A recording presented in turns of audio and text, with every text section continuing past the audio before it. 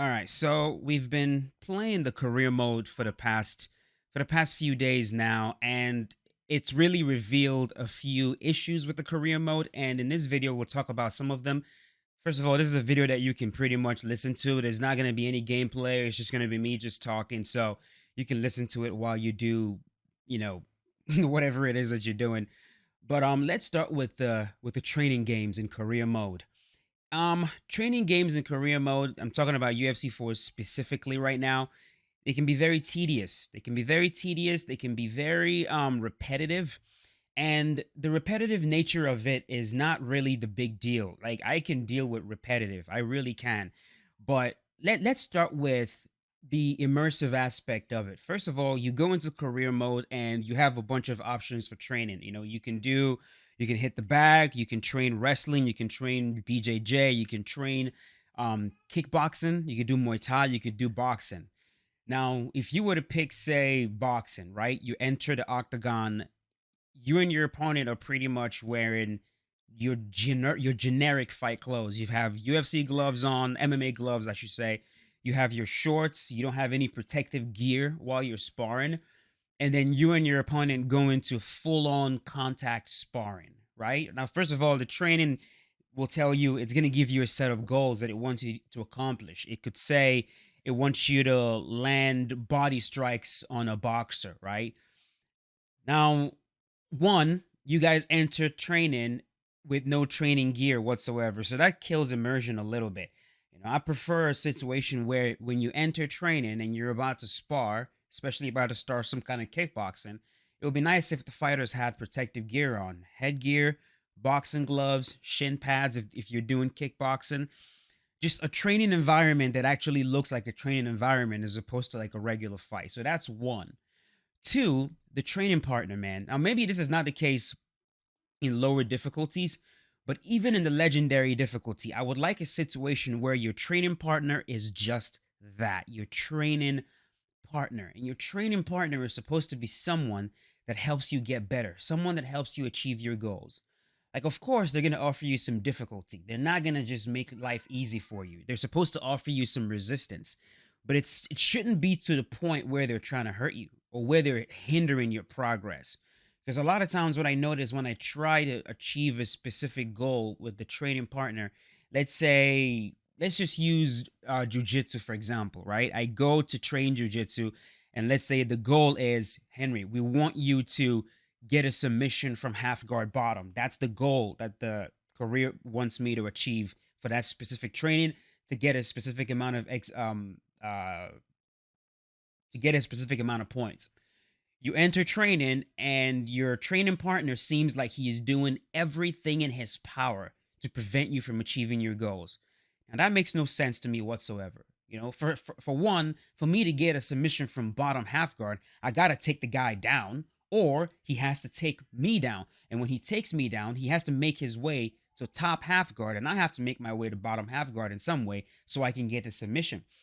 But if you try to take the training partner down, it's like he refuses to succumb to a takedown. Refuses. You try everything in your power to drag him to the ground. And dude, you will spend the whole, what is it, 3 minutes or so for training? You will spend the whole time trying to get him to the ground, and you're not going to be able to. And it kind of just ruins training.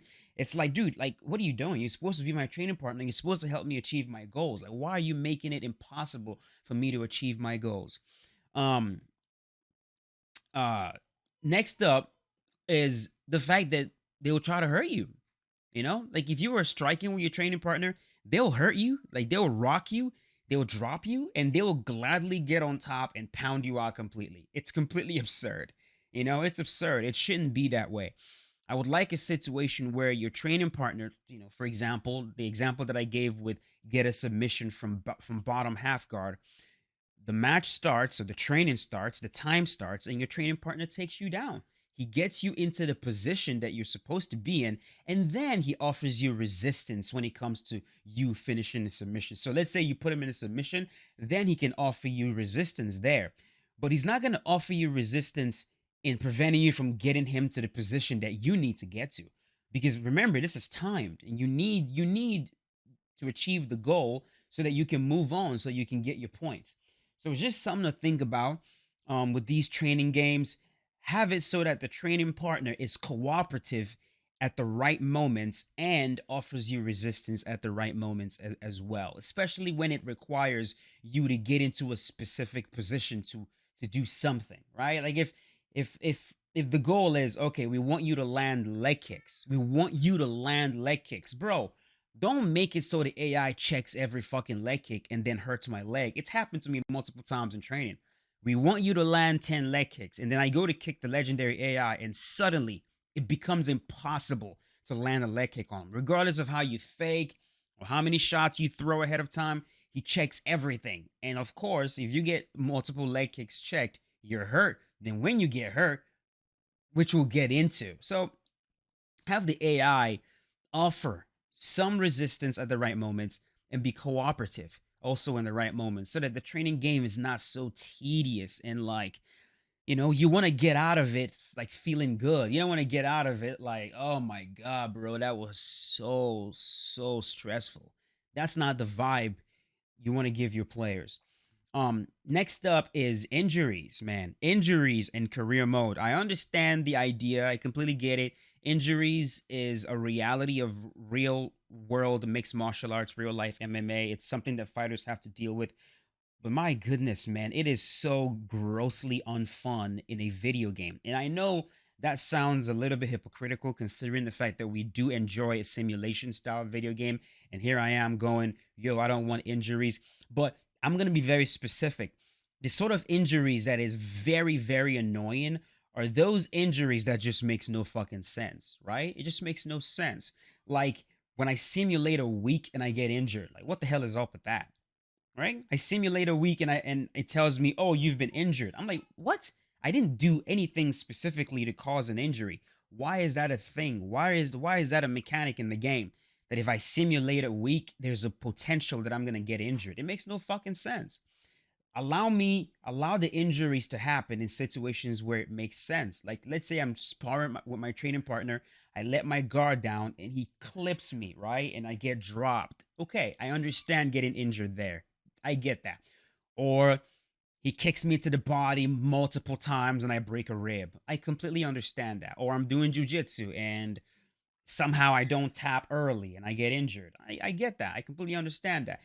In the action, in the moment, if I'm doing something while training and I get injured, that's understandable. But like, I'm not even training. I just simulated the week because let's say I want to get to the fight early, or I just don't want to do the week. And then you tell me that I've been injured and now I have to spend points to try to recover the injury. It just makes no sense. I think they should do away with that completely. It makes no sense. Leading into that, of course, is longevity. Your career longevity. I understand it's a thing. Fighters are human beings who are not going to be able to compete forever. Like your career definitely has your career has uh what's the word I'm looking for? I'm pretty much trying to say that your career is not infinite. You can only train and compete for so long.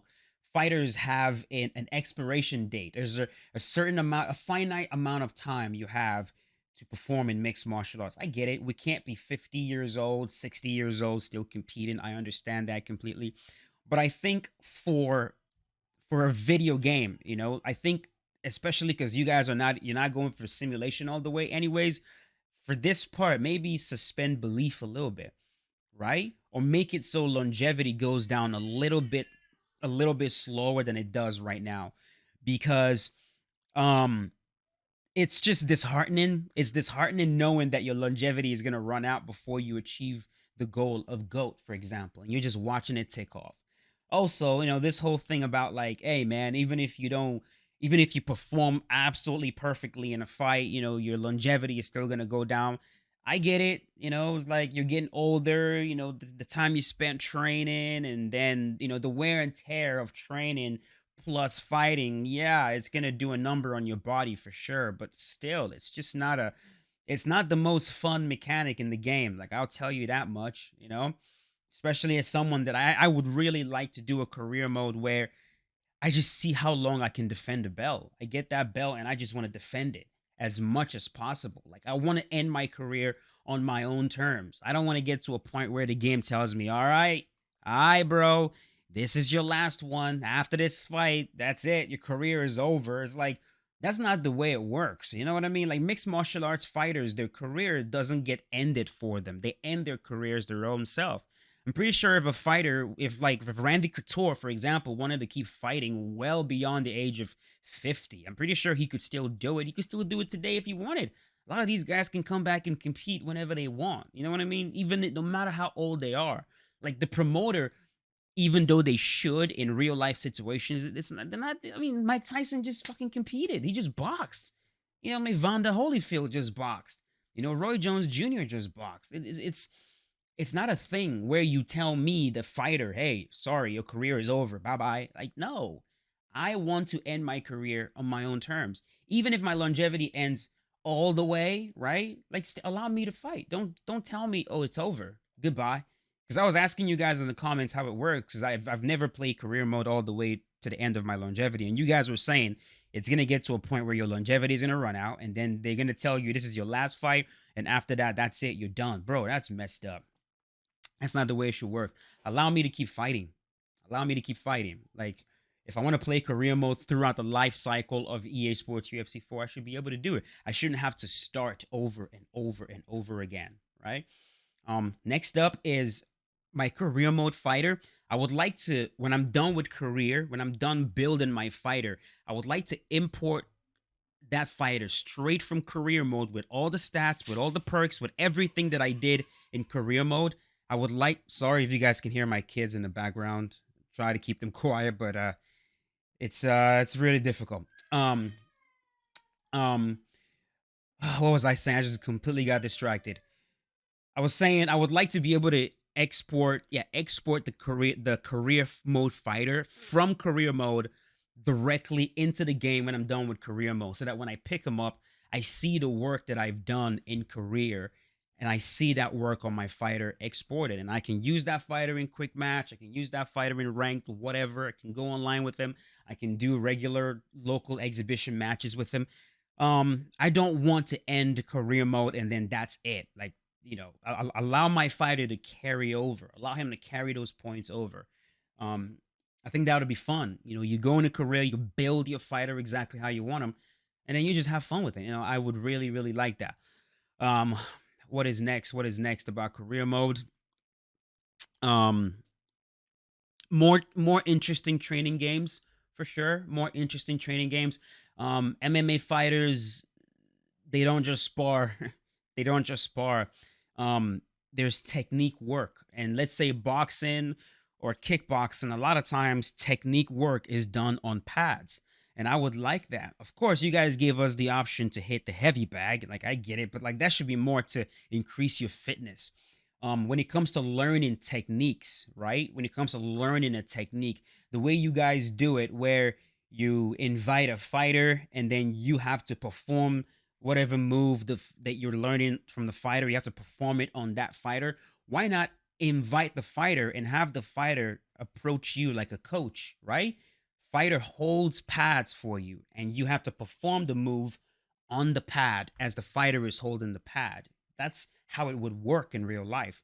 If I invite John Jones to my camp to learn his spinning elbow, Greg Jackson is not going to go, all right, Marshall, now you and John Jones hop in the cage, and I want you to land 13 spinning elbows on John Jones's head. That's not the way it fucking works. No, John is going to come into the camp. Me and John, we're going to sit down. We're gonna do a private. It's gonna be like him doing a seminar where he teaches us the technique, the intricacies of his spinning elbow, and then we get to practice it on opponents holding pads for us. We're not gonna practice the move in a live setting on a live opponent. It makes no fucking sense, right? So for us to learn new techniques, I think it should be done on the pad. Same thing with boxing techniques. If I'm going to learn a specific type of hook or a specific type of combo or whatever, allow me to learn that on the pad. On the pad. It's going to be so much more immersive. Um Whether it's my boxing coach that's teaching it or a fighter that I invited, it's going to be so much better. I think you should also allow us to travel. That'll be fun, man. EA MMA had that option for you to travel. You could travel to different camps. You could travel to fucking different countries. You could go to Brazil. You could go to Asia, and you could train. You know, you could learn different things from different fighters. In UFC Undisputed 3, it was like that as well. Like when you were starting off in your career, you had the option of visiting multiple different camps. You could visit AKA, you could visit Sit Your Tongue, you could visit Greg Jackson, you could visit the Black Zillions, you could visit the um I'm forgetting the dudes in Brazil with shootbox. No, you could visit Nova União, um a bunch of different camps that you could visit, AKA American Top Team, different camps that you could visit at the time in UFC Undisputed 3. And then as you progress in your career, it asks you to lock down a camp. That's generally how fighters go. As fighters are starting out, they try out multiple different camps until they see what fits. And then when they find a place that fits, they hang out. We need an option like that. You know, I need to be able to travel and let it be real life camps, camps that we are familiar with. You know, this is one thing that UFC Undisputed 3 did very well.